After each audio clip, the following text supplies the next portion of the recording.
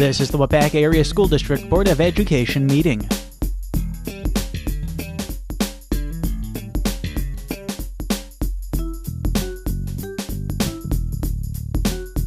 with the President's comments. I would like to, first of all, thank you, everyone, for taking time out of your schedules.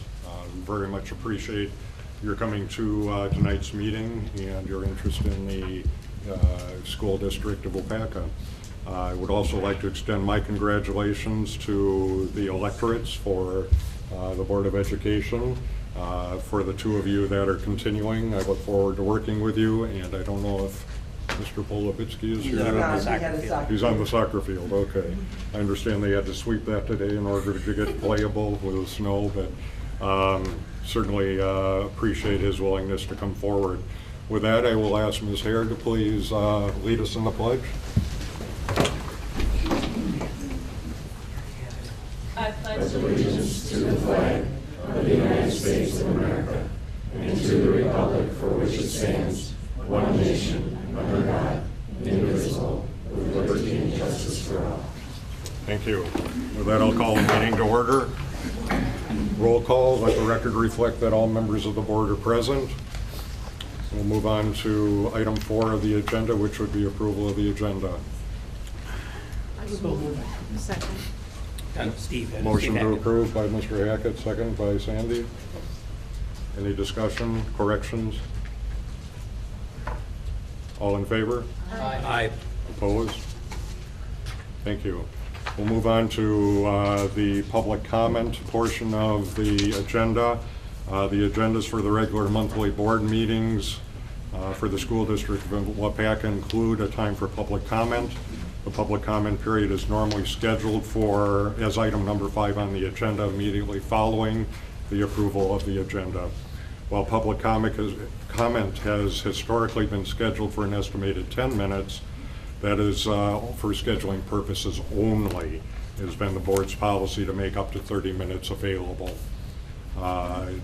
Each person that wishes to speak shall be allowed to speak for up to 3 minutes, except where the number of speakers will exceed the public comment time period. In those instances, the president or presiding member of the board may reduce the 3-minute limit for each speaker or waive the 30-minute time limit to ensure no one's rights to address the board will be denied. The board secretary will monitor the enforcement of time limits. As chairing this meeting, I will elect to extend the 30-minute period as may be required to make sure everyone is heard. The order in which people will be asked to speak are those that have signed on the public comment registration sheet, giving priority to those that are residents of the district first. Those that have choose to speak that are not residents of the district or do not have a business in the district will be at the end of the order. And that's just to give priority to some degree to those in the geographic area of the district. Each person wishing to address the board may be asked to identify themselves by name and address or by name and identification as residing inside or outside the school district's geographic boundaries. If the person is representing an organization or group, the person should indicate whether their comments represent the official view of the organization or group or if they are comments of him or herself. Any written statements should be given to the board secretary so that copies may be made and available to all board members. All written statements and documents presented to the board by an individual or group during the meeting or as the whole or part of their public comment for the meeting are considered public documents. Public comments are the opportunity for the Board of Education to listen to the district stakeholders. Board members may not question speakers, ask questions, or make statements or commitments in responses to issues raised by the public except for clarification purposes. In general, issues raised during the public comment period may be referred to the district administrator for investigation, study, or recommendation, or may be designated as future agenda items for the board consideration. Okay, with that, we'll move into the public comment period. The first person I have registered is Pat Hollenbeck. Thank you. My comment is really a question. I know Joe Jensen is a dedicated educator, when I read the Waupaca Post-Crescent article about his non-renewals, I was filled with questions. Is there any opportunity for the public to be informed about your reasoning? Thank you.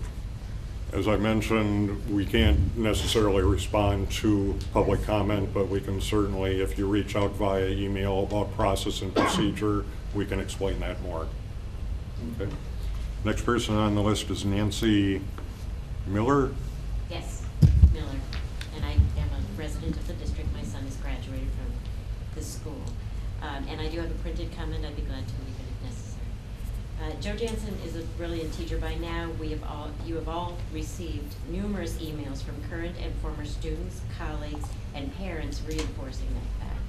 There are hundreds of positive comments on Facebook, and 423 people have signed a petition to keep him at this school. The overwhelming consensus is that Jansen doesn't just have his students memorize facts in his history classes, but he teaches them to be critical thinkers and to have civil, open-minded discussions among people with differing beliefs. Those are lifelong skills. His former pupils attest to that fact. My concern tonight is with the administration. The district administrators and school board's foremost duty is to the quality of our children's education. This means supporting excellent teachers. Jansen is the only teacher qualified to teach AP History. If he is let go this year, students who need AP credits to apply for college will be out of luck. I don't understand how firing Mr. Jansen is a good thing for students. I do realize that you're using the term non-renewal, but in effect, it's a firing. It's my understanding that Mr. Jansen has not yet been notified of the reasons for his potential firing, yet he is supposed to prepare a defense without that crucial information. This is clearly unfair and possibly unconstitutional. How can you in good conscience continue with this non-renewal of a teacher who is so clearly highly respected? Are you willing to go against the wishes of hundreds of people in your own community in order to do this? Please take this overwhelming support for Mr. Jansen and do the right thing. Thank you. Thank you. Next individual is Dave. I'm sorry. Aish? No, Jane. Jane, I'm sorry, Hash. Jane. I'm sorry. Jane Hosh. I reside in the school district, and I'm speaking in support of Joe. I had heard a number of rumors of what the reason might be for his being let go, if you decide that, and it really concerns me because I would like to know if Joe has been spoken to directly, because the rumors that are going around, I think in a lot of cases could be explained. I've taken the time to speak to Joe and have heard his part on this too. And I really encourage you to retain a teacher that has so much respect from the community. Thank you. Next individual there registered was Sophia Buckowitz. Yeah, I'm Sophia Bukevich. I I'm reside sorry. within this school district. And I'm a senior this year, graduating. But I just kind of wanted to come and express my support for Mr. Jansen. He was one of my favorite instructors my freshman year, and I can personally attest to his qualities as an instructor because the skills that I learned my freshman year, like aspects in annotating and critical thinking, have transferred into my senior year as I am a full-time student at UWSP before I graduate. So I can't tell you how instrumental his instructing has been in me pursuing those, I guess, alternative methods for enhancing my education. He was also an instrumental person in my acceptance and pursuit of conserved school, which was another alternative method for learning, and he really encouraged me and pushed me to always maintain an open mind. And I think that overall, the loss of him from this school district would be a detriment to not only staff members, but students to come in the future. So I encourage you to think critically about this and do the right thing. Thank you. Rachel Lutke. Rachel Lukey. My name is Suzuki. I live in Waupaca. I'm a senior here at Waupaca High School, and I'm also here to express my opinion and just reflect the concerns of my peers, just from what I've heard from them about Mr. Jansen. I think he's a really outstanding teacher, and I think letting him go would alienate not only a good person, but a very great teacher, and it would disappoint much of the student body here. So, thank you. Thank you. Emma Smith. Yeah, hi, I'm Emma Smith. I'm currently a sophomore at Waupaca High School. And I would also like to voice my support for Mr. Jansen because just as a freshman last year, I can already see how much he's helped me in terms of academics, just with his teaching style, specifically, like Sophie said, with annotations, because that's really, really helped me with my critical thinking and just analyzing texts and documents. And as a student that's taking AP US history right now, that's an imperative skill that you need to have to be able to be successful in that class. And he's had experience teaching at the collegiate level too, so he's really helped us with explaining what you need to know in terms of like what professors are expecting in terms of writing quality. So I think that his teaching is a very vital role in the success of students at Waupaca High School. And so I would just encourage you to really consider that when making your decision. Thank you. Thank you. Lonnie. No, you can tell the person. Well, they're out of the district, so I'm taking Oh, it okay, in got you, order sorry. of Lonnie Bliska. I'm Lonnie Bliska. I also work for the school district bus driver. I'm here on behalf of my son Eugene. He couldn't make it because he's at college. As a service person, last year, they were all asked to wear their uniforms to school for Veterans Day. He was asked not to come to his class, Joe Jensen's class, in his uniform. So he was not allowed to come to class because he had his uniform on. So that's pretty much leaving a child behind, not wanting to teach, and just very disrespectful. And he did not have the nerve to apologize or anything else. So I agree to let him go. And I wish that more people understood the things that have gone on. Not only did he not let him come to class in his uniform, he's let protesters in after that. Where do you think this is going? He's not Excuse me, here to defend excuse me. Everybody gets their I'm time. not here to argue. I'm here to express my opinion. Everybody gets their moment. Everybody You gets can a speak chance when to you have the express. opportunity. So I am just here to lay out some facts about things that have happened personally in our family with him at this school district. Thank you. Thank you.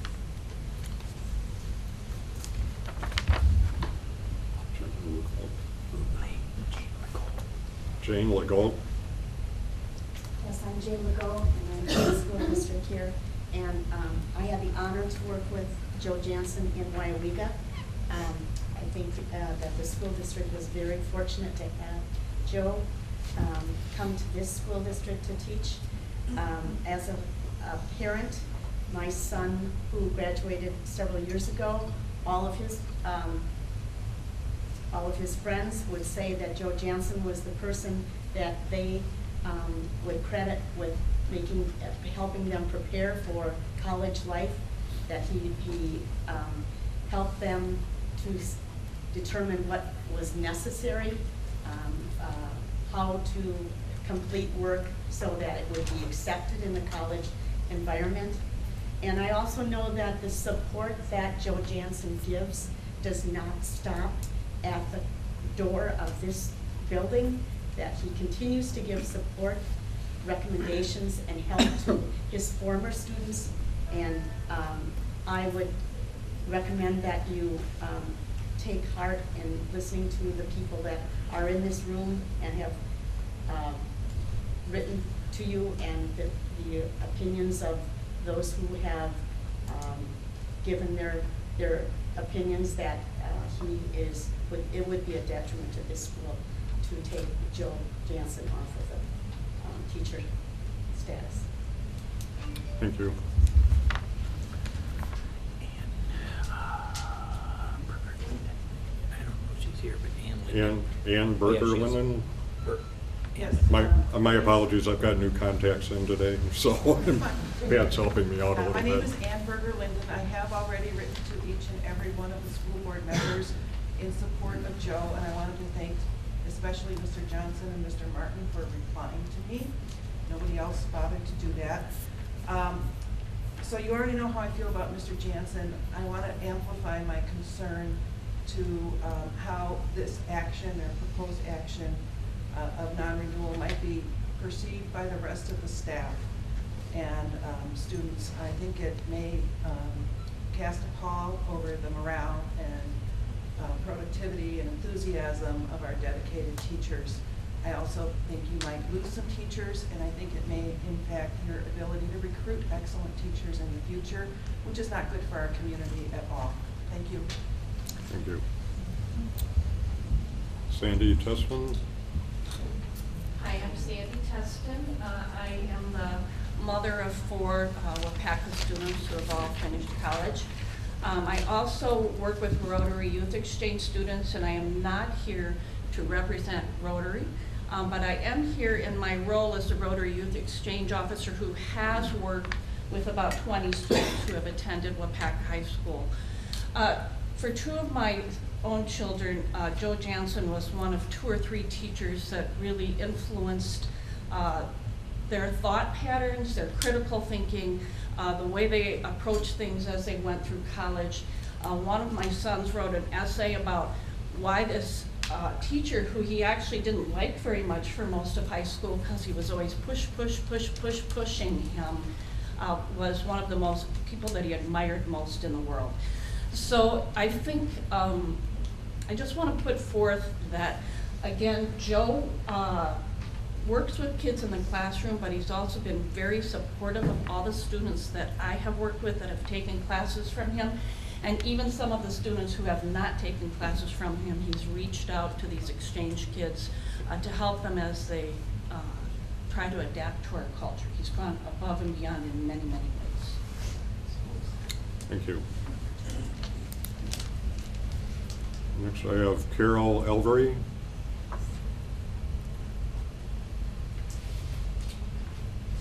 Members of the board, thanks for giving us all a chance to speak. I'm Carol Elvery and I live in the school district. In the public eye, this whole situation seems to be a clear case of discrimination against a very good teacher. Having worked with Joe on the Winchester Academy board, I have every reason to believe he is a good teacher. In fact, he would miss stuff for the board because I'd be calling him about board business, and he'd be on the school bus with his kids from soccer, either 2 are coming from a game. And I always knew that was higher priority than what I wanted to talk about. But it makes no sense to me, in essence, to lay off or to fire an obviously effective and well-respected teacher. This situation also has the appearance of being managed underhandedly by placing the non-renewal of 2 teachers' contracts on the consent agenda of a board's March meeting without notifying at least one of the individuals whose job was going to be affected. I might note that, as I understand, to this day, Joe does not know the actual reasons that you are considering his not renewing his contract.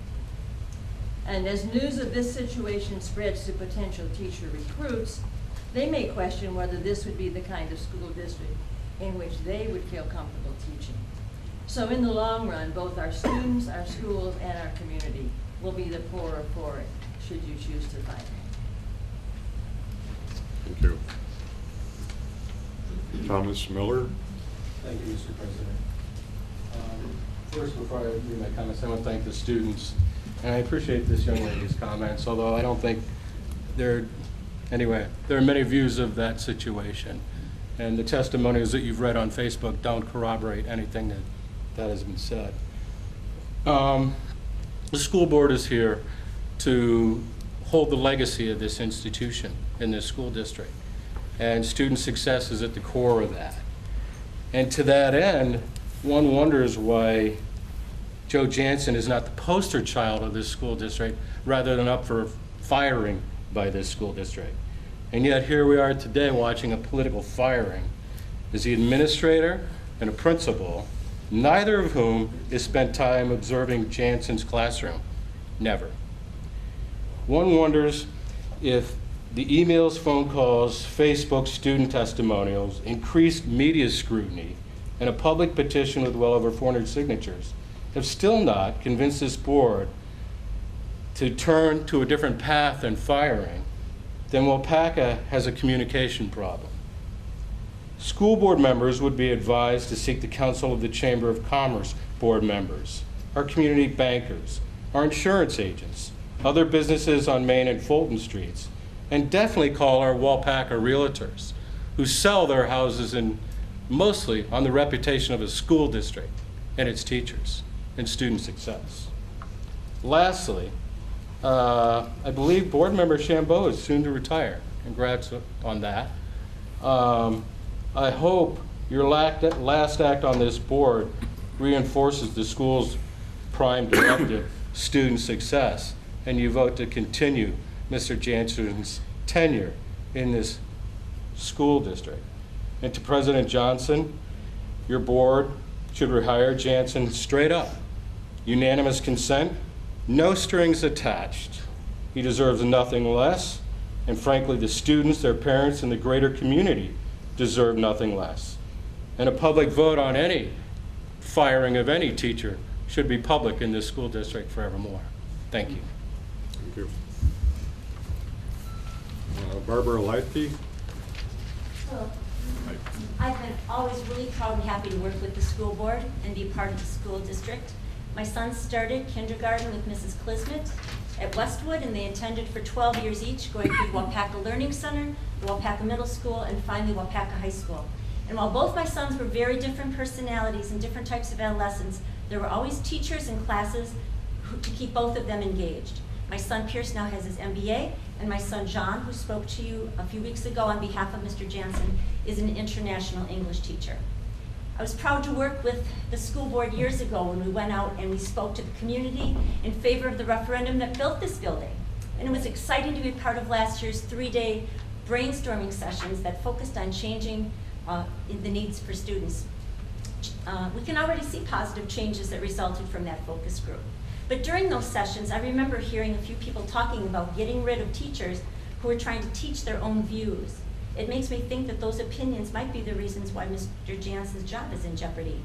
Although I'm a full-time English teacher at Fox Valley Tech, I was originally a history teacher.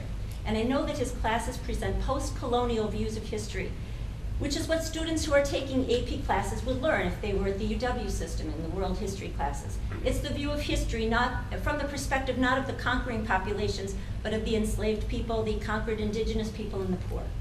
And Mr. Jansen also taught the critical thinking skills that the kids mentioned. I remember my sons and his friends would hang out at our house and talk about what they were learning in his classes. And they were thinking, and that is an awesome thing for a teacher to be able to inspire in kids. John wanted me to also mention to you tonight that both he and his mentor, Shane Hardwick, decided to become teachers in American international schools because of Mr. Jansen. They were challenged to think that they could make a difference in the world. Please accept, I have the 423 signatures and the 57 comments that, and I also have my comments, that were collected. You can just leave them with a... And there's one for everybody. Thank you. Thank you for hearing me. Thank you. One more. Can I just see here? Good night.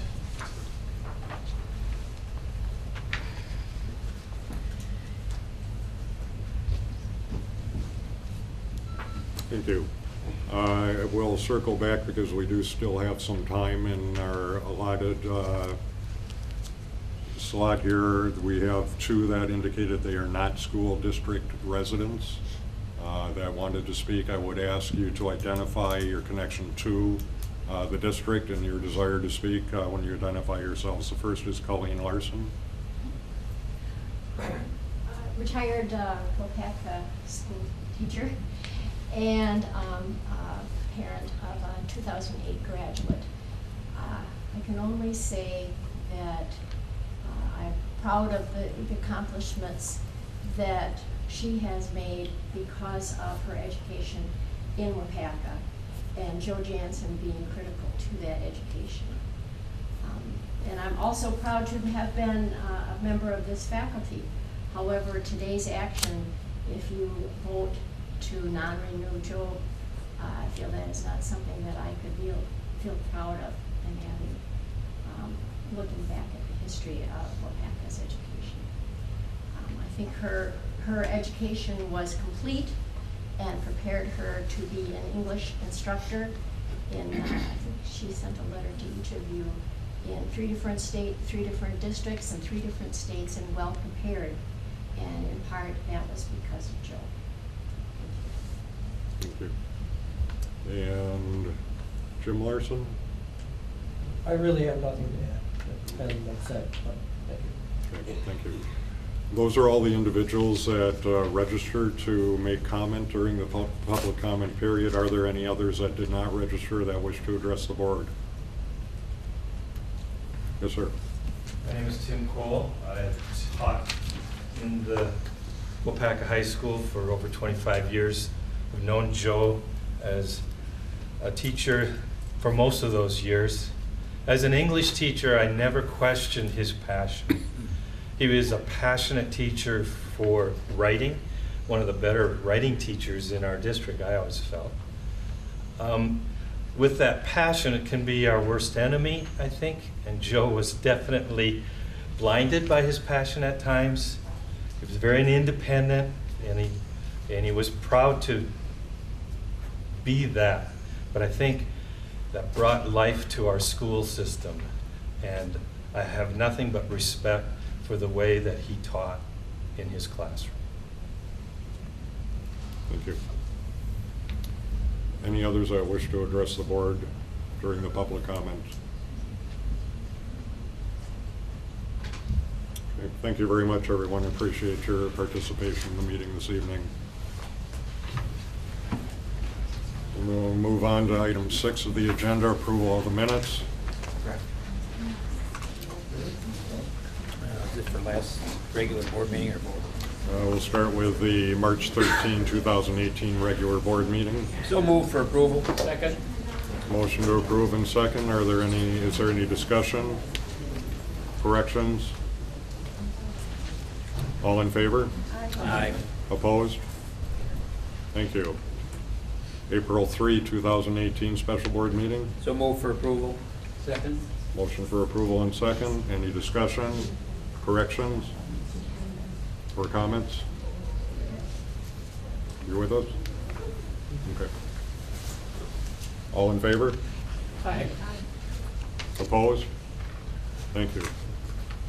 Moving on to communications. Okay. At this time, I would ask Mr. Steve Shambo and Mr. Steve Johnson to please join me. We'll kind of Sally over here. Your moment, big boy.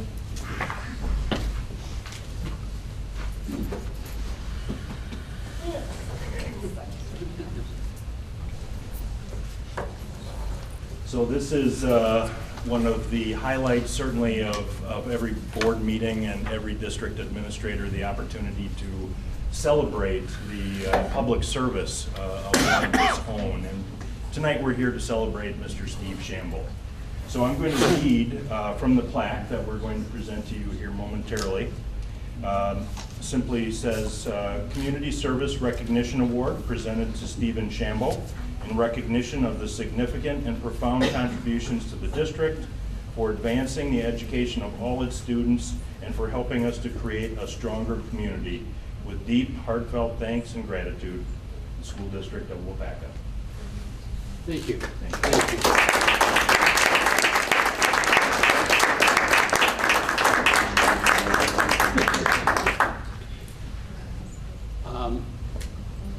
I've been here for, I think, 19 years. 18 or 19 years. Yeah. And I loved it, all of it. It was so nice to be with all the people, nice people, and you watch these kids just keep going and going and going, and you know, I'm just happy with it, and I wanted to make sure that that I was part of it, and I think it was time. It's time for me to move on, but thank you. Thank you, Steve. Yep.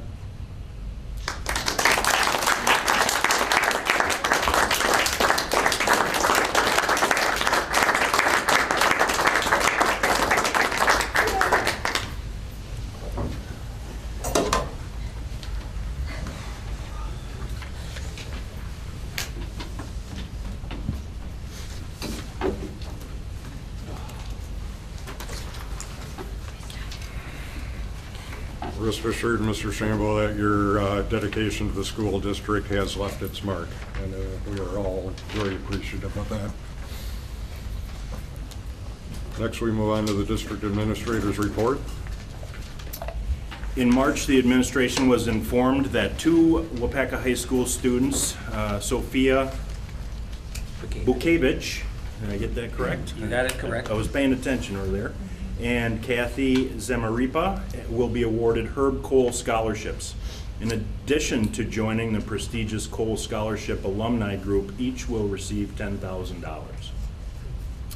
The Waupaca math team has once again placed first or second place in the Central Wisconsin Mathematics League at UW Stevens Point, with 2 students that scored in the top 3 of their category. The team will learn their final standing at the April 30th banquet.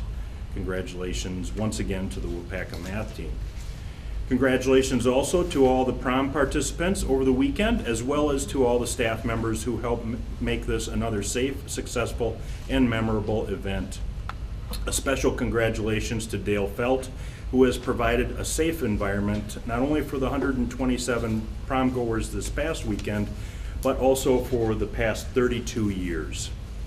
A big thank you to Maggie Lawncheck, who will be transitioning into this important leadership role. April 8th through the 14th is National Library Week, and the district wishes to thank all those who work in and support our libraries.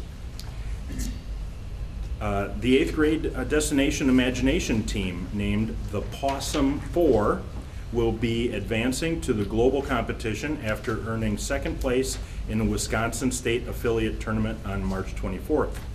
Congratulations to the Possum 4. Congratulations also to Logan Jansen, 7th grade Waupaca Middle School student who placed 15th out of 100 in the State Geography B competition. The Waupaca Middle School will begin showing their rendition of Mary Poppins Jr. this week. If you are looking for a good show, this is bound to meet your needs. On April 26th at 5:30 p.m., the Waupaca area community members are cordially invited to spend an evening with the board and administration as we outline the progress the district has made with regard to the priorities identified at last year's #WaupacaWay 2K30 event. A light dinner will be provided. The district welcomes Mr. Stephen Tomaszewski as the new Director of Informational Technology as he fills the vacancy created by our own Julie Iden. Mr. Tomaszewski comes to us from the Appleton Area School District and brings with him 18 years of experience as an educator. He has a double master's degree in career and technical education and educational computing. Mr. Tomaszewski is eager to transition into the district, and we are grateful for all of Ms. Iden's years of service. Finally, congratulations to Betty Mannion and Sandra Robinson on their re-election to the school board, and congratulations as well to Mr. Mark Polobitsky on his initial election to the board. A special thank you to all of our Waupaca public officials for their service to this community. That concludes my report. Thank you. Move on to board monitoring.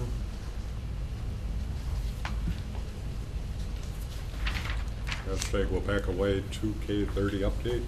Oh, Is that- yes, I'm sorry, that's me also. Yes.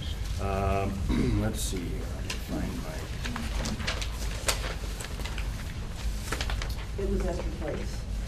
my, okay. Here we go, yes, I'm sorry.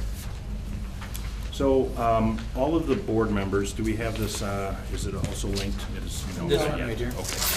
This is not linked at this time, however, it will be. This is really a draft document. This is what we would refer to as a placemat. The reason we call it a placemat is when we have our one-year reunion in a couple of weeks with the community, this will be at the place setting of all of the tables for the community members that join us on that evening. What this document really reflects, obviously it's got our district brand at the top. It references our vision statement, which is committed to excellence in education, and then it also includes our new mission statement. And then what you'll find going across these different columns here are the priorities that were identified last year as part of that community conversation. Underneath each column heading, you will find the district's efforts to date regarding the different initiatives that align to each priority. You will also find them broken out by developmental level. So for example, we have some initiatives that you may find only at the 4K or elementary level, some at the middle, some at the high school level, and some of course are district-wide. And then finally, at the bottom of each column, you'll find initiatives that are pending. So many initiatives that are still in the hopper, so to speak, but this document really is going to provide the basis for our update with the community in a couple of weeks when we have that one-year reunion. Any questions on the document itself?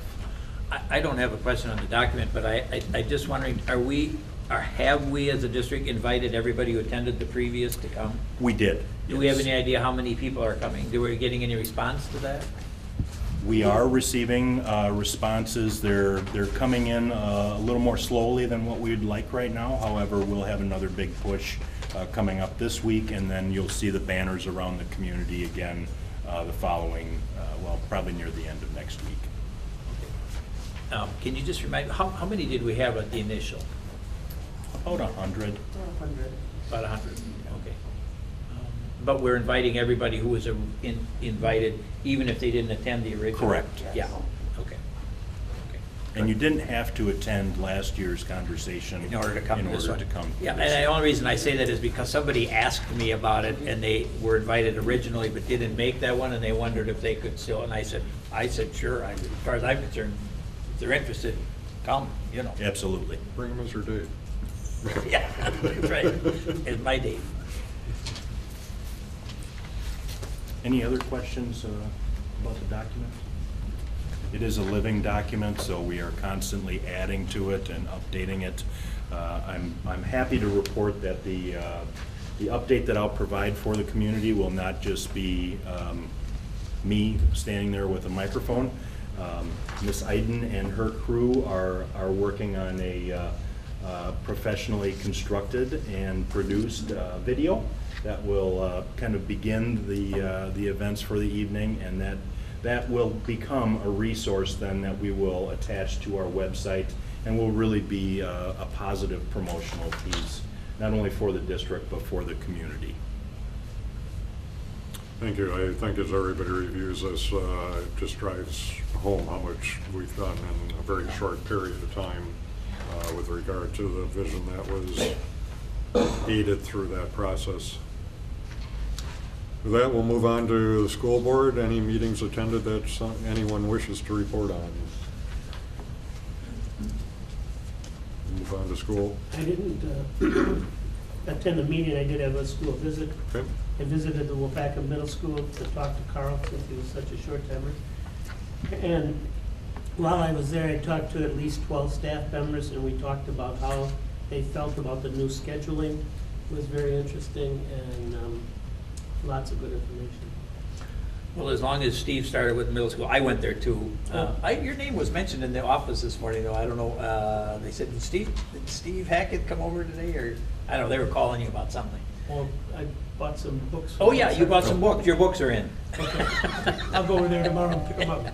I went to the middle school, and unlike Steve, I kind of concentrated on two areas. I had a nice long chat with Bob West, who is really a kind of a national treasure for us. We talked a lot about wolves, which is fine. His class was actually taking a test, so we couldn't do too much interaction. But it was always good to, it's always good to talk to Bob and get his perspective on his teaching and his career and how things are going and whatnot. And then I spent time over in the music department with Greg Biba, and there I got a chance to chat with his 8th grade jazz group. And I wanted to specifically go into his class because, and I don't know if anybody in this room attended, but we had the international dinner a week, 2 weeks ago, I forget, and the band played, the middle school band played. I talked to the students. I asked if I could just say a few words, and he said, great. And I told him that, you know, your parents tell you how wonderful you are, and you know, and your band directors tell you how wonderful you played. But I said I was in the audience and walked around and chatted with a lot of people that night, and I received just a ton of unsolicited comments about how wonderful our middle school band played. And I just wanted them to know that. And then I encouraged all of them to continue to the high school because we have great bands here as well, and hopefully they'll continue with it. But they were playing the middle school band, so I had a chance to talk with them. And just as an aside, and I'm just a shameless plug for Greg. Greg just got done publishing a book, which I have a copy of right here. He wrote a book. He's been doing this on the side, and I've been kind of interested in helping him a little bit once in a blue moon. And he just had it published. It's called The Stratton Lake Mystery. It's all about local lure and whatnot. And the cover was done by the art teacher at the middle school. So it's really quite interesting. And so I just thought. Where did you get it? He had a copy for me. But he only had a limited number printed. Signed? No, but I got invited to a party in it, to the, you know, so I feel good about that. But he did it primarily for friends and family, you know, a little bit of a memoir, if you will. But then he got real interested in it, and he told me that he's gotten to be very interested in the publishing aspect and how people do that. And it was something he always wanted to do. It's sort of like a person who was an English teacher who wanted to all of a sudden become a musician. You know, it's a totally different thing for him. So he called me quite a while ago and asked if I could help a little bit, and I did. And this is the product of all of that. So it's wonderful. So so I just a plug for him because I think it's quite an effort. So that was my visit.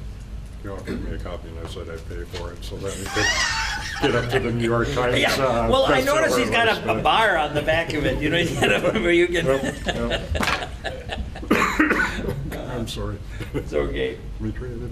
Yeah, I took my daughter to the reading night at the WLC, and there were several hundred parents there. It was a really well-run event, a lot of fun activities for the kids, and I really enjoyed going into the classrooms and listening to some of the presenters read to us. There was one room where there were chickens running around, which wasn't exactly the most sanitary, and you had to be careful where you walked. But he was a wonderful storyteller, and that was really interesting. And great stuff that they're doing there. Very good. I had an in-district and an out-of-district event.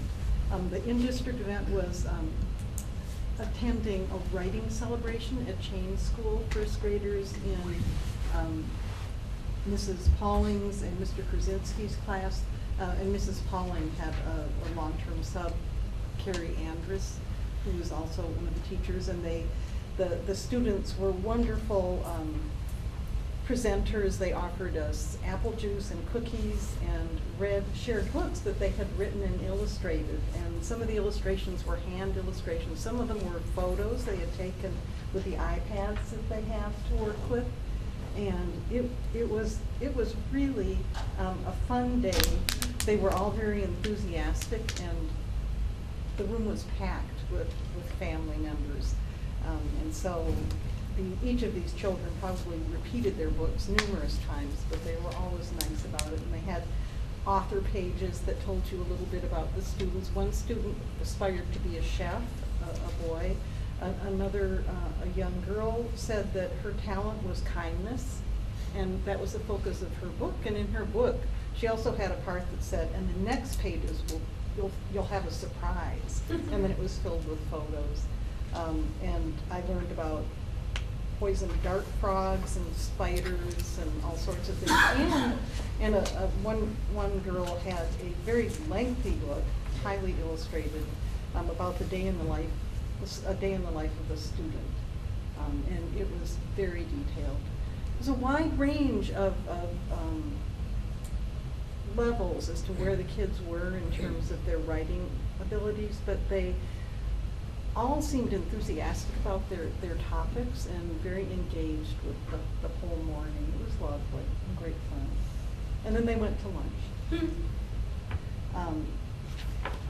Then I also attended the state spelling bee in Madison because this was on Saturday the 24th, because a girl in 4th grade at WLC, Alexandra Johnson, had qualified for the state competition, and she and Mrs. Tamaris, who was her gifted and talented teacher, had invited me to help her along the way, and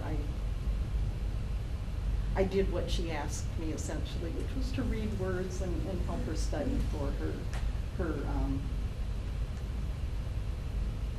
her spelling bee. She was so wonderful, poised and a great speller, polite. You know, it was very impressive. It's a pretty nerve-wracking, stressful day for the kids, but they did really well. And I know Mrs. Tamaris wanted to be in 2 places at once, and in some way she was visiting family in Arizona, but people were texting her because we had two WLC 4th grade teachers who also went to the spelling bee. Mr. Williams, who was Alexandra Johnson's classroom teacher, and Ms. Thorne also went. And so it turned out Mr. Ersplummer and Ms. Tamaris were on the same plane, traveling out, so he was getting texts too.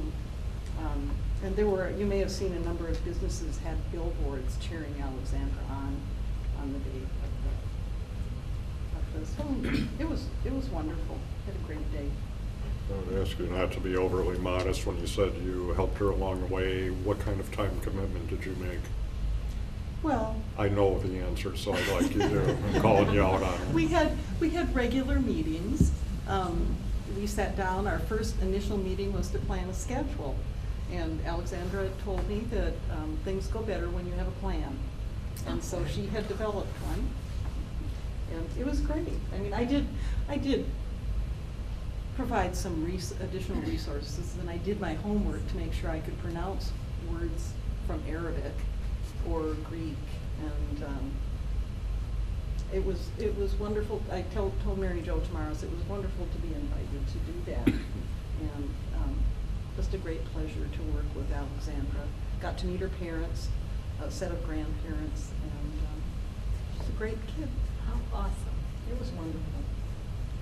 And Betty and I both had helped with one level of the spelling bee. With the spelling bee, and that was just a neat opportunity to be able to do that. Yeah. And, an honor.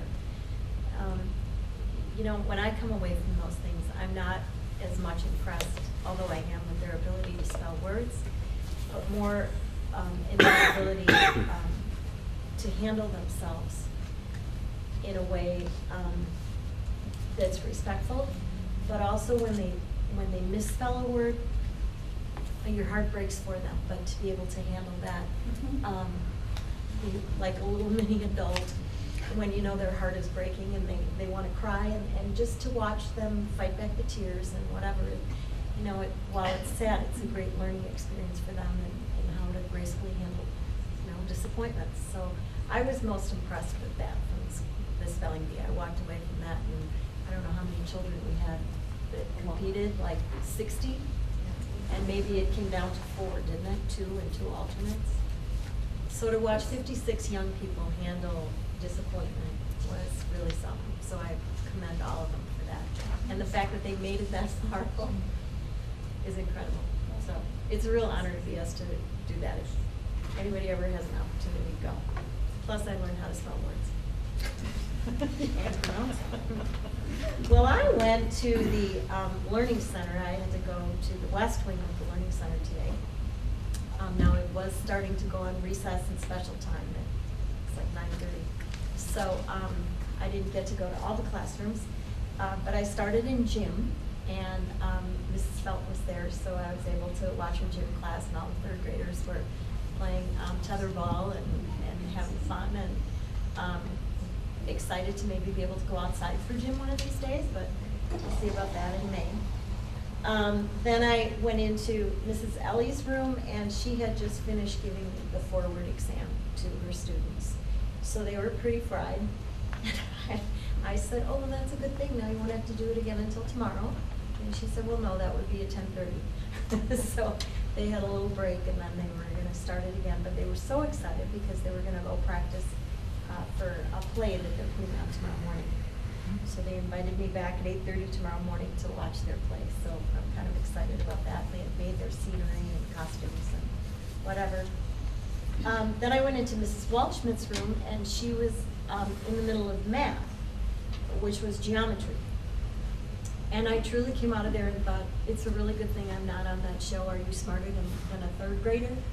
Because they were studying about parallelograms and trapezoids and rhombuses and things like that. And I thought, I could use a little refresher in some of those. So they got up and taught what those were all about. And again, I was amazed at how on the spot they're able to get up and go to the smartboard and describe the difference between all of these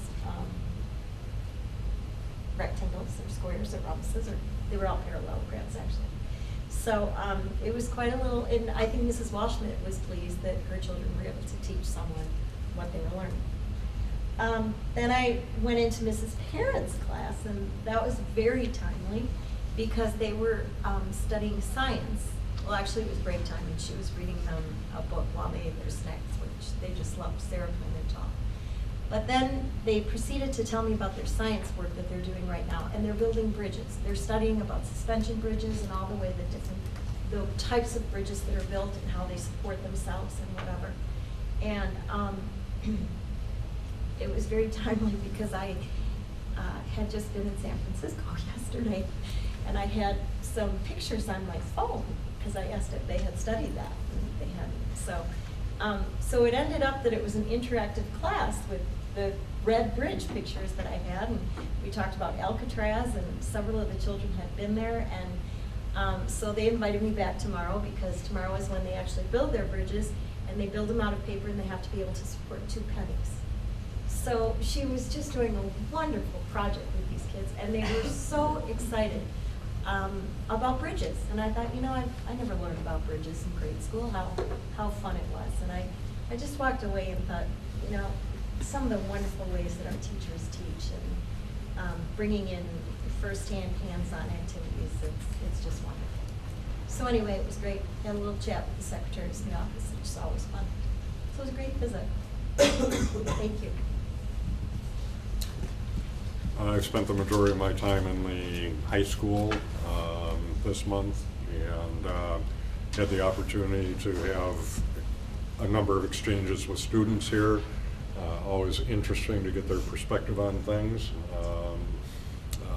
Overall, I think there's a little bit of spring fever setting in. I think a number of the students and perhaps even some of the educators are ready for the season to turn finally. Maybe some of the board members. And maybe some of the board members as well, yes. But no, it was, I know one thing that was brought up was spring break, something that we always take a look at, and whether or not it's in the best interest of all that we do or do not have one. So that is something that we'll obviously be discussing. At the moment that they're in it, obviously they enjoy it, and then when they continue on a little bit further into the summer, when some other schools might be letting out before we do, there's, and I know we have snow days on the agenda, but there's always that little tug and pull from a student standpoint. But there were also some educator input as well that I think we have to be mindful of, especially with some of the classes that are a little more advanced at times, that they feel they may lose some of the momentum that they've created with their students when we have that long of a break. So anyway, it's certainly something that we've always dealt with and struggled with, and we've gone both directions, but we'll have to revisit that again, I believe, before too long. With that, we'll go on to upcoming meetings. Dr. Nian? Let's see, we recently had the canvas, election canvas. Thank you to Mr. Fair and Rose. Rose Doro came in Rose as Doro. the independent person. And as always, to Board Secretary as well for working on the election canvas results. Let's see, I lost my place here. Let's see, April 26th, as I mentioned earlier, is the hashtag Waupaca Way 2K30 one-year reunion. We look forward to joining again with our community members to review our progress to date, as I mentioned earlier. May 8th at 5:15 is our next regular board meeting. And then May 15th is a WASB spring workshop. And then the final item under upcoming meetings, of course, is the setting of the annual organizational meeting. Side note is that the new posting for Friday's meeting and the agenda are at your places. Thank you. Okay, so we need to determine when we will have the organizational meeting. What are the constraints? Well, Mr. Polubitsky takes office on April 23rd at midnight, and we need to have the organizational meeting within 1 week, is it? No, the organizational meeting can be held anytime between April 23rd and May 23rd. Okay, it is May 23rd. Traditionally, we've held it as soon as possible. And, I'm sorry, the oath. The oath of office needs has to be taken between April 12th, when the recount period is over, sometime after April 12th, and by April 23rd. April 23rd, okay, thank you. The oath of office can be done anywhere at any time. And then the meeting needs to take place between April 23rd And May 23rd. It can be held anytime between those 2 days. Do we, I'm just looking at the dates here, do we need, there's only one meeting date between today and the 23rd. That's April 13th, scheduled, talking about scheduled meetings now. So can we do that at the April 13th? Can we do it, did we have to do another time in between there? No, you can't hold the organizational before April 23rd. But can you do the oath? No, the oath is what I'm talking about. Oh, the 'cause oath that does has- not have to be done at a board meeting. No. Oh, well, okay. So people can just come in and take the oath in your office? Oh, sorry, I thought we had a scheduled meeting for that. As long as your schedule allows for it as the clerk. No, he doesn't have to sign it, it actually has to be a notary. Okay. Oh, good, thank you. They can do it at a meeting. I'm off the hook on that one. We can do it at a board meeting, but that doesn't have to be done at a board meeting. We've not traditionally done it that, or always done it that way, so. We've done Okay. it a number of ways.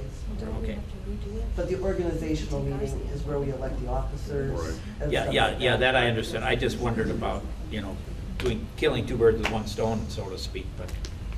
Carol, we have to do it also? Yes, you will have to take a new oath of office, yes. Can that Okay. be done at the organizational meeting? It has to be done Before. It should be done before April the 23rd. organizational meeting. Now, certainly, on Friday's meeting, you could take it if you want to. All right. Come in a little early and do it. Right, then. nothing stopping you. Can we from do doing that then?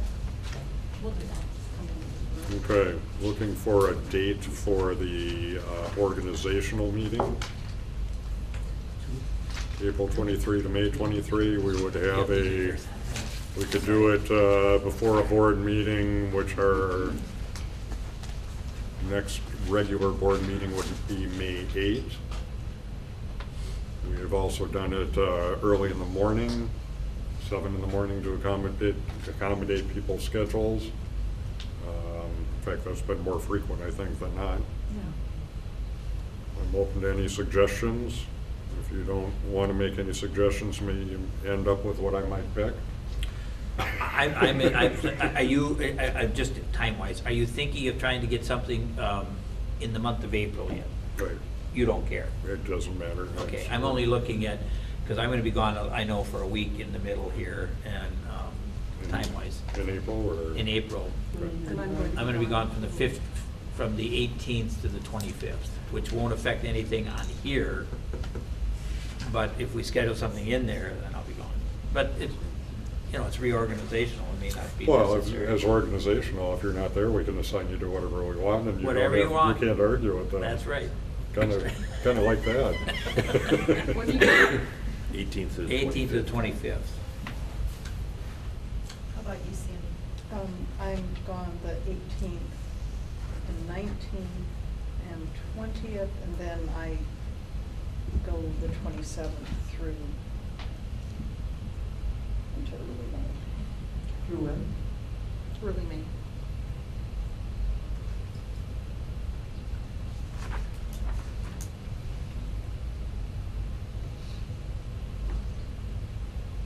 What day is the 26th? Well, that's our big meeting already for the Oh, that's right. Community conversation. community conversation.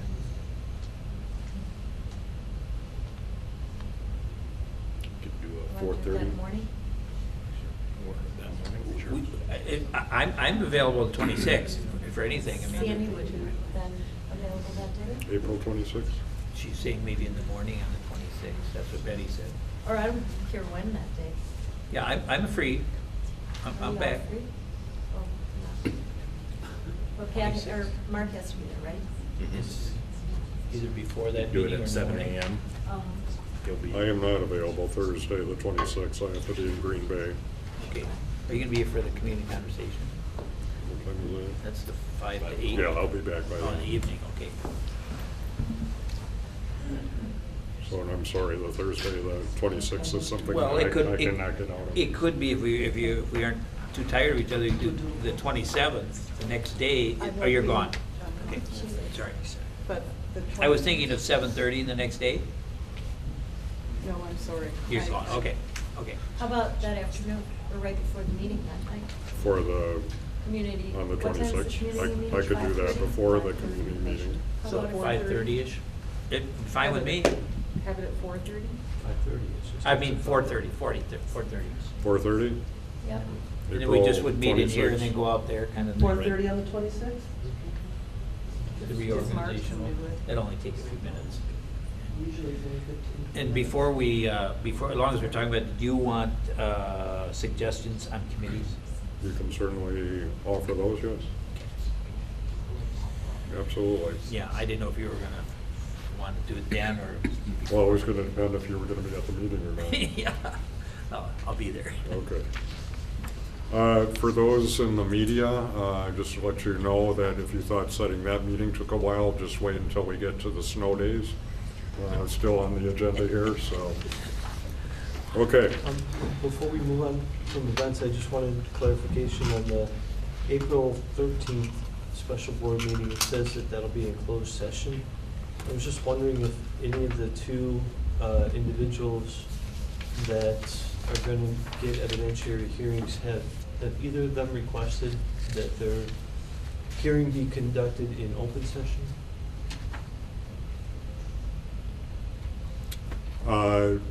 Yes. Okay.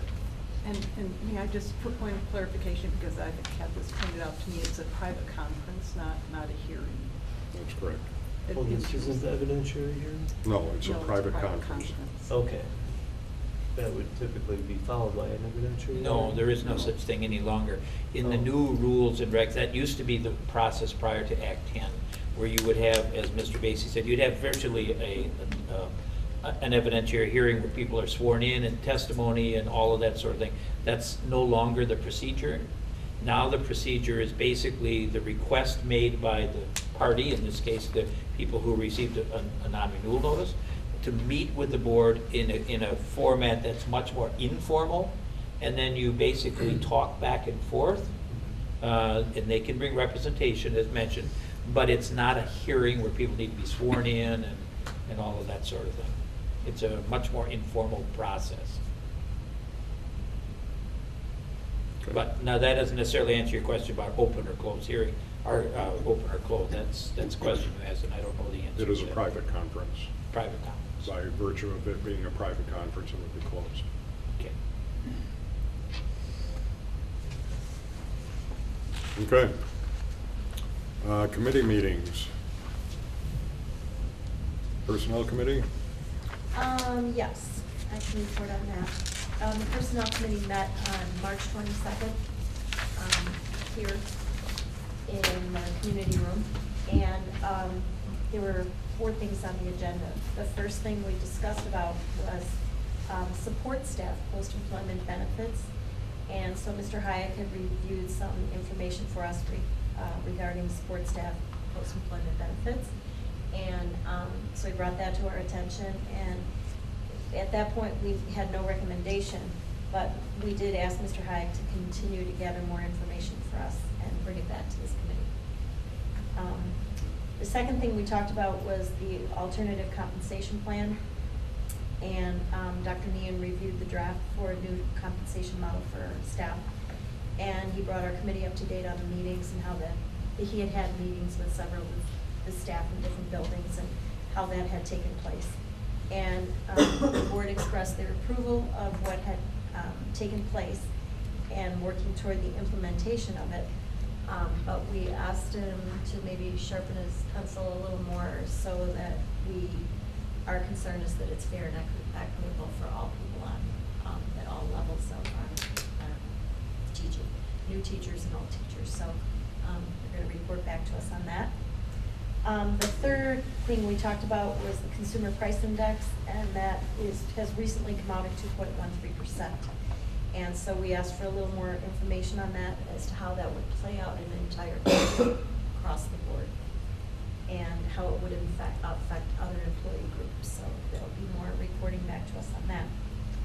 And then the fourth thing we discussed, and there was actually a motion made on that that's being brought forward to the board tonight, about early notification incentives from staff members about retirements or resignations. And the trend in business and many school districts today is to give advance notice of people that might be retiring in the future, in the upcoming year, at the end of that school year rather, or perhaps those that have to resign for some reason.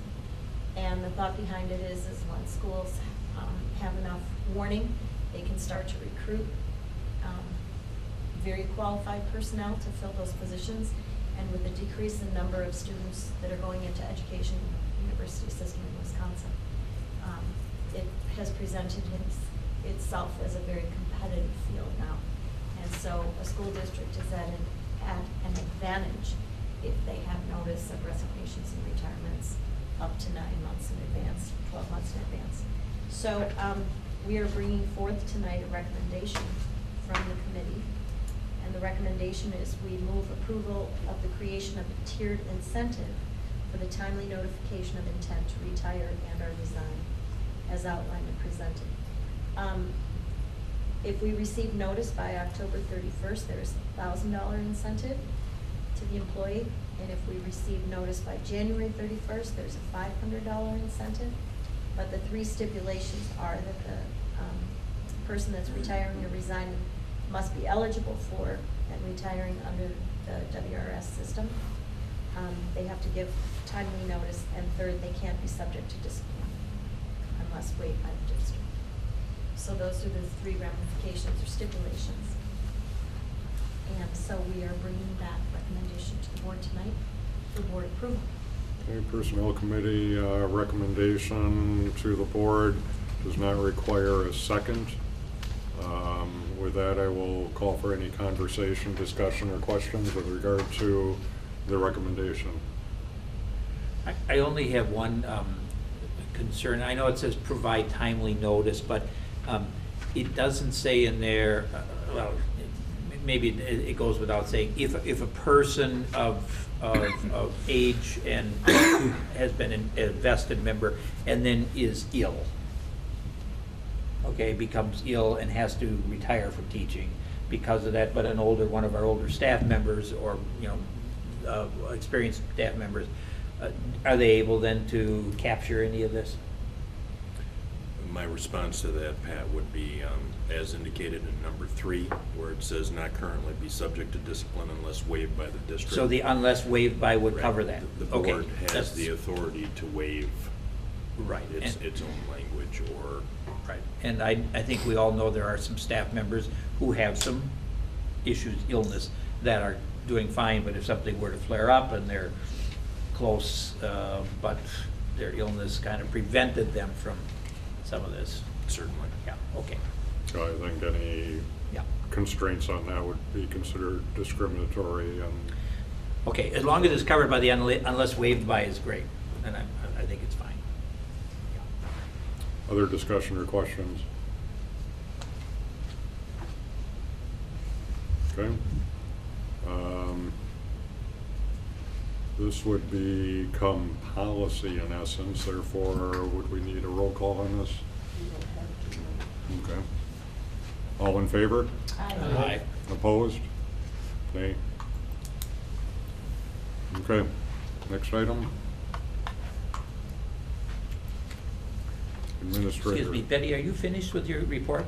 Yeah, at the end of our meeting, we did break up into a closed session to discuss personnel issues. Okay, before we go on, can I just go back on the dates for a minute?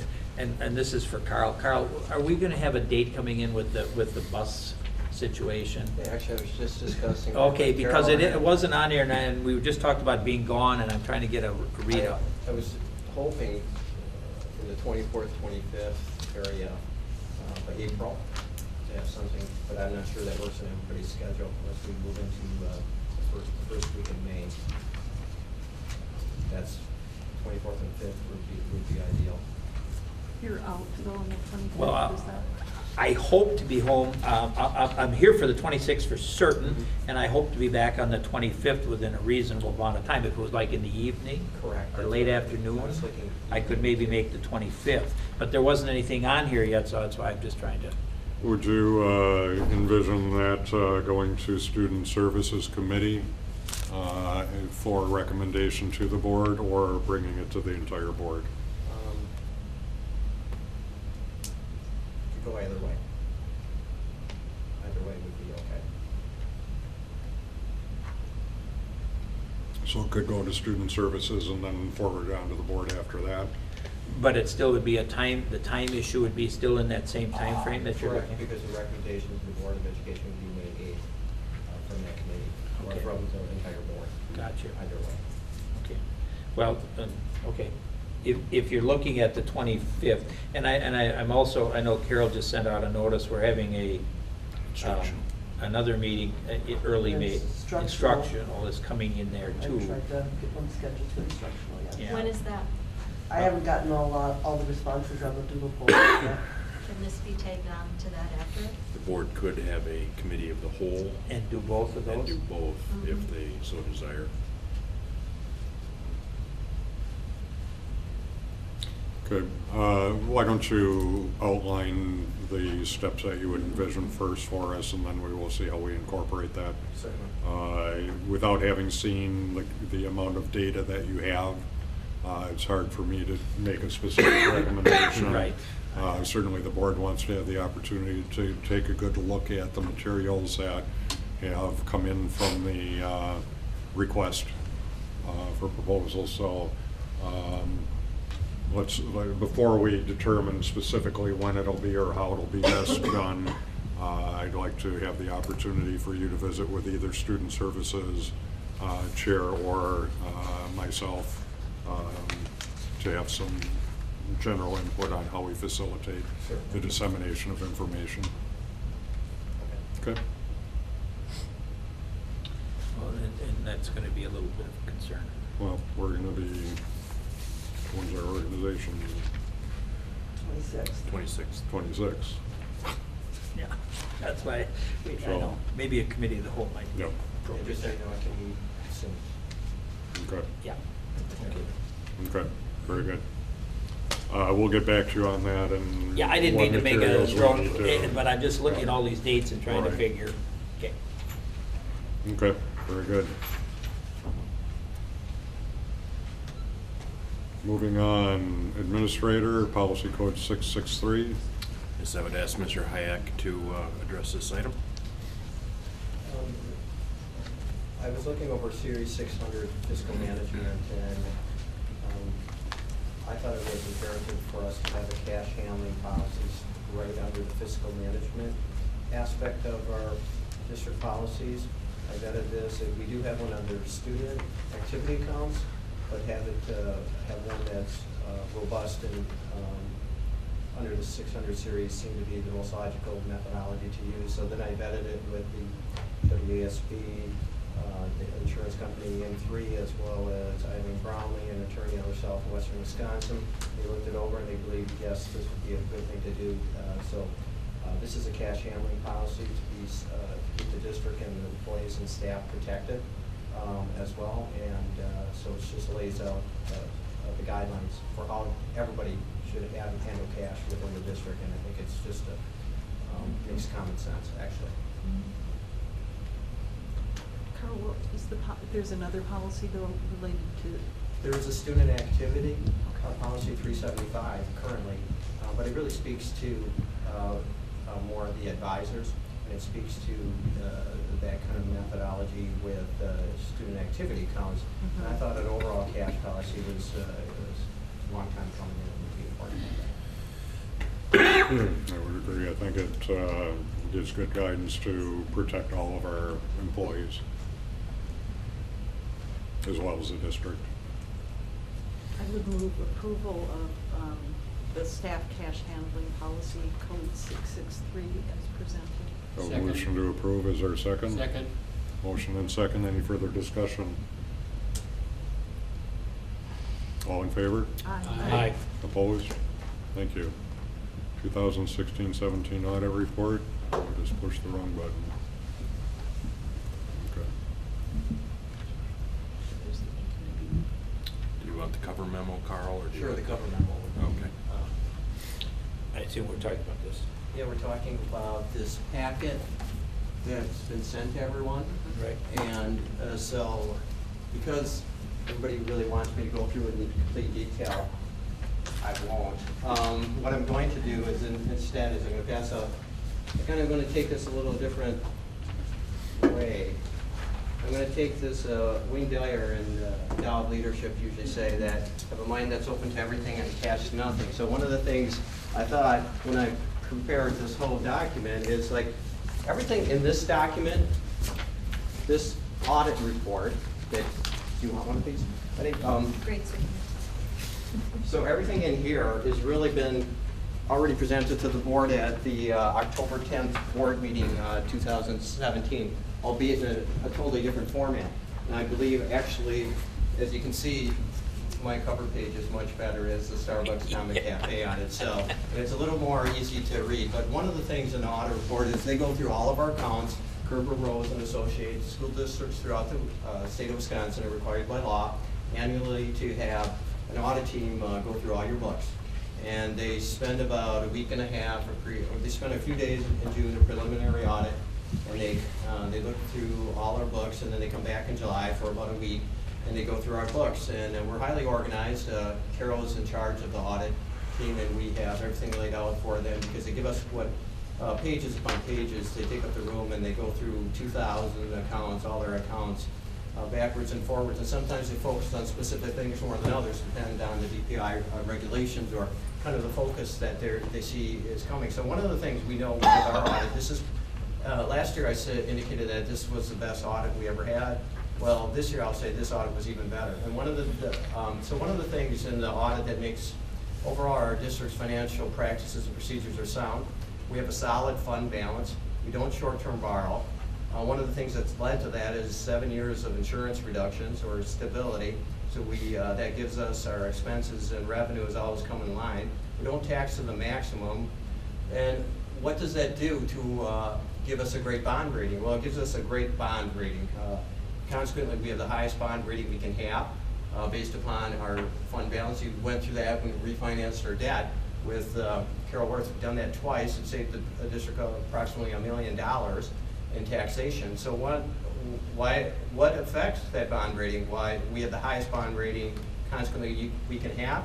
The only thing that deters our bond rating for being any higher is our socioeconomic aspect of the district. And so we cannot control median income.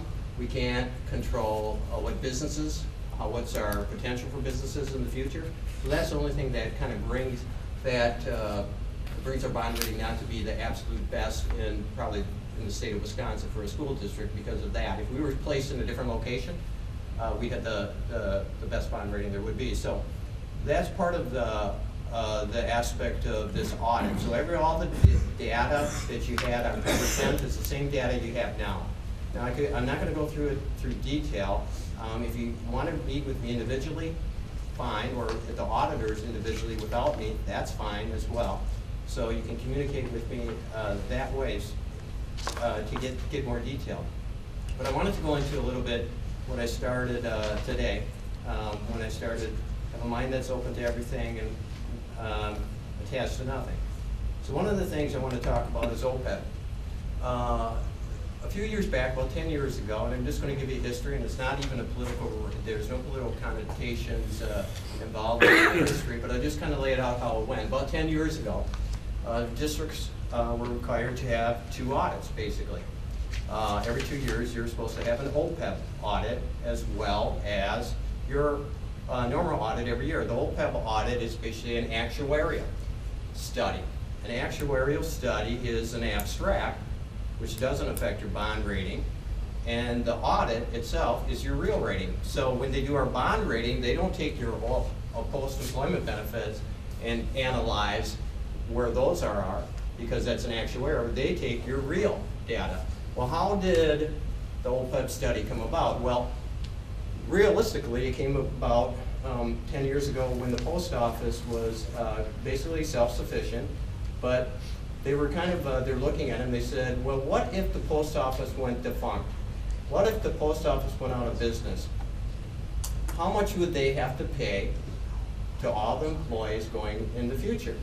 So that was part of, perhaps there was other competing interests going on. The post office is the #1 provider of service.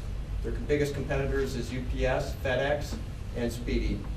And so one of the things, so there was that mechanism going on behind the scenes, and there also was aspects of the financial institutions being able to lend you money to borrow against an abstract. So how does this work out then? So you can't just literally go say to the post office, they looked at it, well, we're just going to focus on the post office. Instead, legislatures came up with the decision that we're going to have a separate audit for all public entities. Now, private sector doesn't have to have this. So you're going to have 2 sets of books.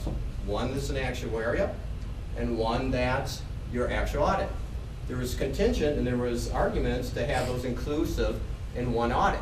But then they said, the actuarials even came to the conclusion, we can't because one's abstract.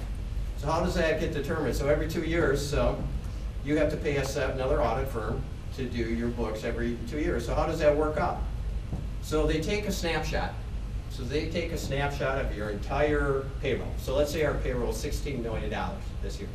So then they say, if your district went defunct, went out of business, how much would you owe? So then they project that 30 years out. What do they do then? They put a percentage attached to that. That percentage is a moving target. So what happens then is they call that an unfunded liability. But truly, you are funding your liability each year as you go. So this funding liability becomes a big number. It becomes an abstract, bigger for the post-employment benefits, whether they're more lucrative or not in districts. As you can see from the analysis, I said, well, how many school districts still have post-employment benefits? Well, you can see by sampling, it's a brief sampling, 35 do, 1 doesn't. So these, and there's a mechanism, that's not all, 48 were asked, and literally 12 we didn't get responses for. But even if you take that mechanism into play, you know that over 50% probably, in reality, probably more than that, have post-employment benefits. But there's a train to my thought here, and I'm going to try to drive it home without dancing too far off what I'm trying to say. So they're taking this number and saying you owe this number for 30 years. So, you know, so there's groupthink. There is a belief system like you better fund that. Actuaries think you better fund that. So who wins? Who wins? Financial institutions say, yeah, you better fund that money. And Carol Worth, our financial advisor, would say, don't fund that money. And she could make money off funding that money. So she could literally cash in on it. Some financial institutions say, yeah, you should fund it. It's a moving target. So if you move that 30 years ahead, what happens? You snapshot in time. First ask yourself this question. Is your district going defunct? No. Has it gone defunct in the last 100 years? No. Are you planning on going defunct? No. Is your city not going to have a school district? Has it not had a school district for years? Answer is no. So who does it affect your bond rating? No, it doesn't. Do you have to do it? No, you don't. What happens if you do fund that money? Well, you put it in Fund 73, and you can never touch it again, because once you take that money, it becomes Fund 73, so you're moving money into Fund 73. Well, this district, a while back when the ACA came into play, the Affordable Care Act. Carl, quick point of clarification. If you move it into Fund 73, you can't touch it even to draw it out as a benefit? Only for trust funds. You can only use it for trust funds associated. You can't move it back into Fund 10 for any infrastructure, any capital project. Once it's there, it's there. Right, but you can use it for its intended purpose? Yeah, that's all you can use it for. Okay. Yes. So once it's in there, but one of the things to that regard, when the Affordable Care Act came out, districts all over the state were slashing everybody below 30 hours. We didn't do that. It was somewhat of a groupthink thing. And one of the things, so we moved along and read the law closely, and now we know that our debt or liability to that is minimalistic, even if we were to be penalized, perhaps $6,000 at best. But we didn't go down that road. And I wanted to say that if you look at this abstract, why it's a moving target. So every 2 years, first year you have $16 million snapshot. They're saying it's everybody in your district going forward is going to collect that OPEB retirement. Is that true? Probably not. So he moves toward the next 2 years when you have your next study. So you borrow that money. You borrow that 30 years worth of money at a percentage rate for the financial institution. It becomes a debt. It becomes a debt that you pay out of Fund 73. So you park money in Fund 73, you take it away from your functional activities. So the next 2 years, what happens? Well, next year your total salaries aren't $16 million anymore, they're $20 million. So you don't have enough money. So guess what? They want you to refinance that debt, that abstract, that number, and that percentage might change. Maybe it's 7.5%, maybe it's 5% next year. So that's a moving target. So would you do this in your personal life? So if you said, okay, I make $100,000 a year. I'm going to work 40 more years. But what happens if I lose my job? I better borrow 40 years worth of $100,000 times the percentage rate that's moving and park it in the debt rather than live as I go. So that's just the concept I want you to grab onto, whether I'm here with the district or not. And so what happens the next year? So it's $20 million. So that you have to refinance your debt. So that changes. That's a moving target. But then the next 2 years after that, your salaries are $14 million. So then you have too much. So consequently, it's a moving target. And they're saying it's unfunded. But each year, when you're way steady as you go, we know what our budget is. We know we have 4 years of 4 years of post-employment for a teacher, 4,800 times 4 years. We know what that number is.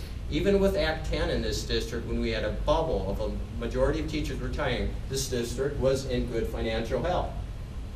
I'm trying to say, why take money and park it in that fund?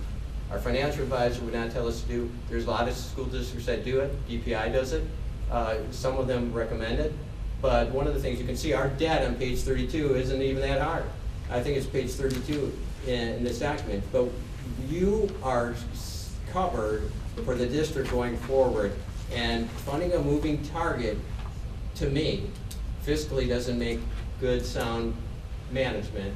And the other thing with the fiscally piece, you're taking money away from your everyday business, parking it in a future, potentially abstract number that constantly changes.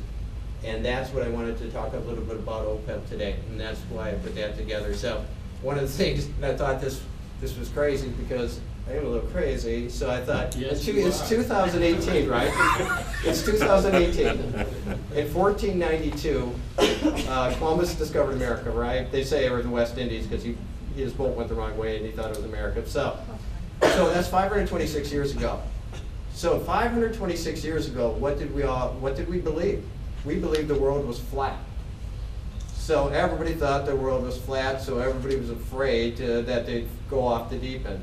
Well, people have been around 200,000 years on this earth. We've gone past that. So we have. Yeah. We have. So I'm asking you not to group think into this mechanism and believe the world's flat, because the world's round. That's all I'm saying here on OPAP. That's how I'm going to conclude this. Okay, so what do we have in Fund 73 at the moment? Nothing. Good. Okay. And from your perspective, we ought to keep it that way? Yep. Okay. Good for you. After that, I can't argue. So I have a question, Carl. And next year, when you and I are long gone, I'll be first. I'm just teasing. For future boards, okay, or future administrations, we've got if we were to create a histogram, we've got a wave shape of our staff. Yes. With their age and their eligibility for retirement. So we've got a bubble, if you will, of staff that are going to be eligible for that benefit. So with your methodology, we're basically looking at a snapshot of the previous year's budget. Not really. Are we forecasting at all? We're forecasting forward. I have a massive spreadsheet. How many years I'm forward? forecasting out about 15 years. Okay, so Yes. you are taking Yeah. into account And that, then so if it's I not parallel that it's not a age- year by year. No, it's a year by year we pay, but I know what year by year we'll have to Look pay in the forward. future, so to speak, forward, and I know it's not that number. Okay. My concern, and the only point to my question is I want to make sure that we're not hamstringing a future board or an administration by, not being prepared for, we don't want someday a future board or administration to say, what were those guys thinking? You'd be more prepared not doing it. That's, Yeah. you'd be more prepared, you'd be less fiscally strapped going, even with that number broke compared to what institutions would want you to do. Well, and given our history of our debt service, which is coming to a conclusion pretty rapidly, that also helps us. Because even there, it's a known entity. Right. Even if we had it, because it's 4 years. It's not 30 Right, years. exactly. So, and then that bubble's gonna drop because then you're back. So you're not paying that high rate going 3 years out. You have a 4-year bubble. Right. So even that way, you're paying less. So there you go. So my question, Carl, going back to the overall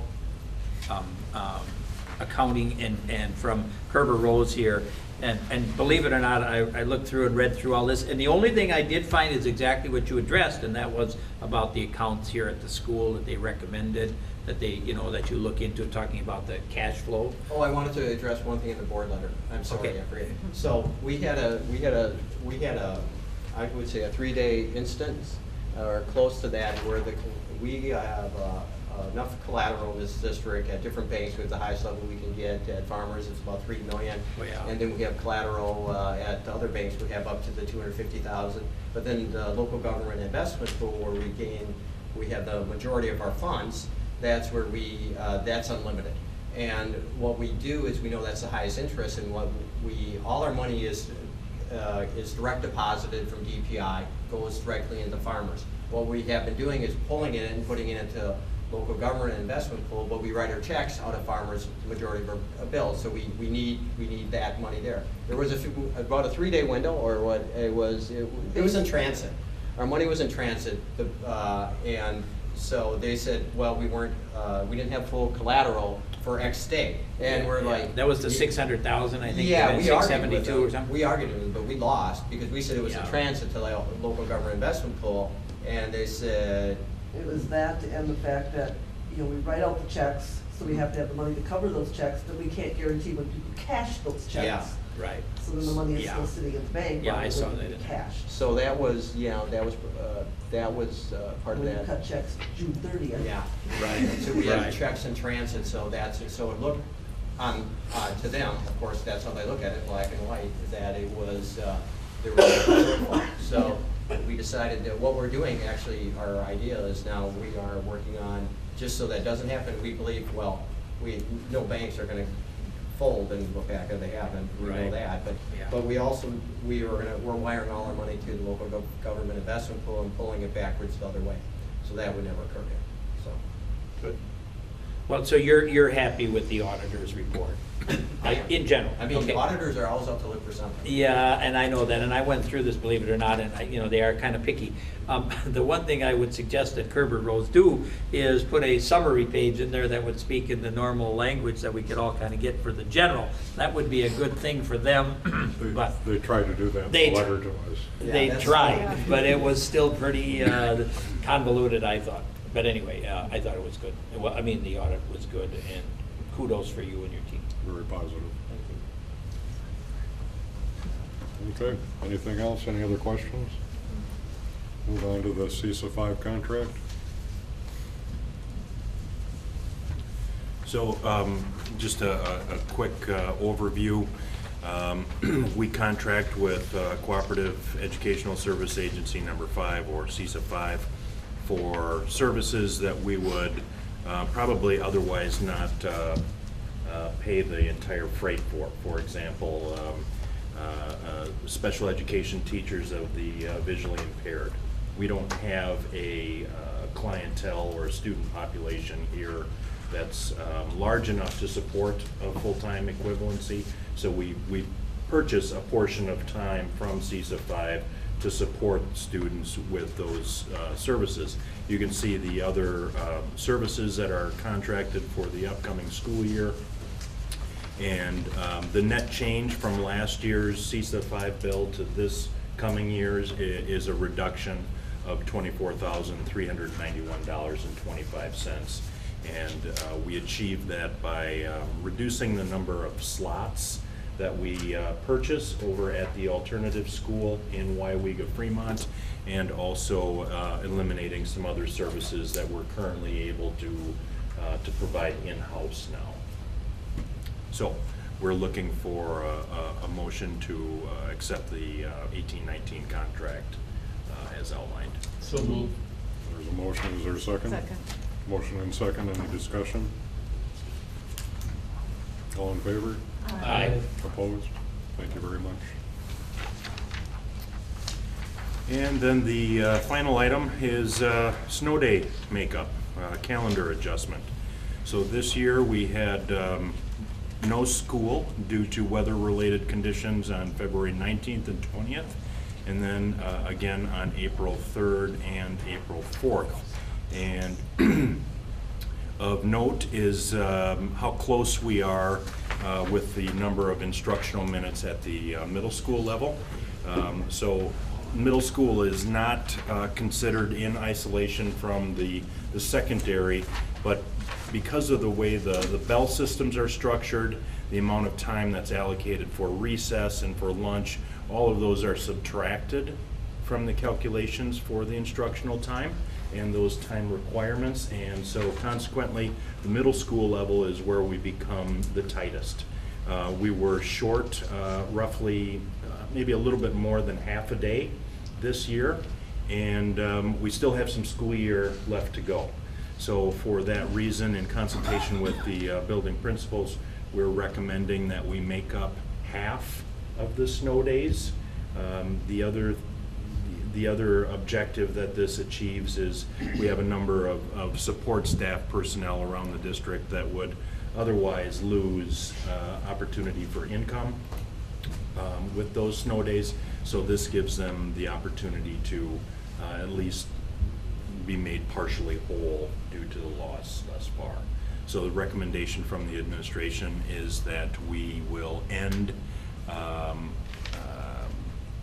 the school year on Thursday, June 7th for our students, and the last day for staff will be Friday, June 8th. And we've created updated calendars that, upon board approval, will be published on the website. So moved for approval. Second. Motion and second, any discussion or questions? Those are both full days for both groups? They would be, yes. Full day for student, full day for staff? Correct. Okay. Clarification, if you would, please. You said we're tight at the middle school, but you're also in the memo indicating that we're short. Yeah, so what I meant to say was the middle school level is usually, it's, if you can imagine an hour-shaped class, that middle school level is where we become, our margin is probably the most reduced there.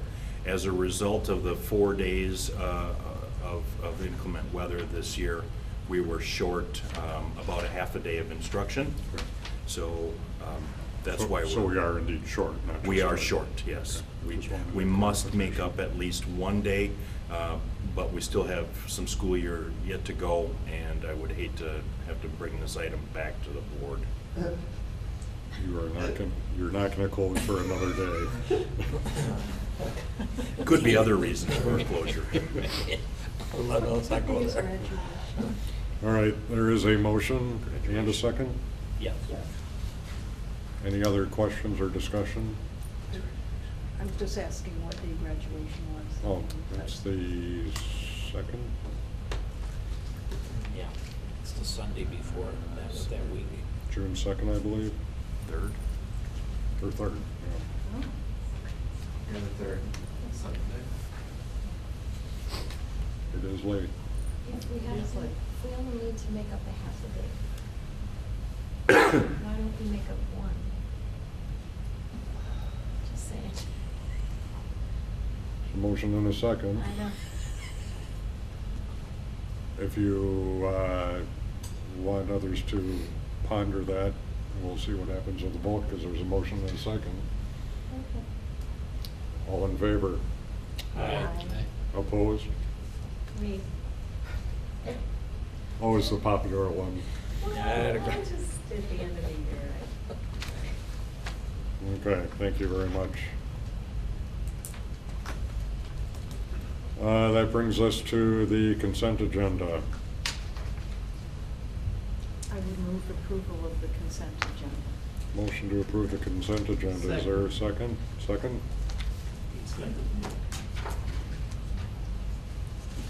I'm sorry, questions? Question? Rhonda, I just have and it really isn't a question on the consent agenda, but I know there's some staff that are being set up for the CEC. Are you finished now with your staffing For this year. for this year? For the CC? Yes, Yes. for the Correct. upcoming. And is that affecting anybody else at the chain school as a result of movement? Yes.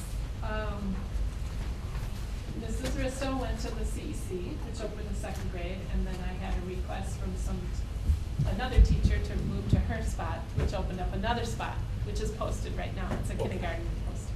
Okay, so you're close to being complete, but not quite. Correct. Okay, okay, thanks. So it's a kindergarten at Chain? Correct. Okay, motion and second. Roll call? Oh, sorry, Vote. sorry. I was just gonna ask Mr. Nean, overall, are we pretty well set, other than what Rhonda just mentioned, with our staffing?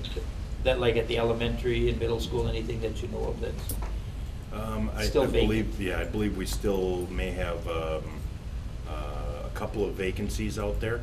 I know that the interview teams were meeting yesterday to consider some special education personnel. But we should have all of the postings out there.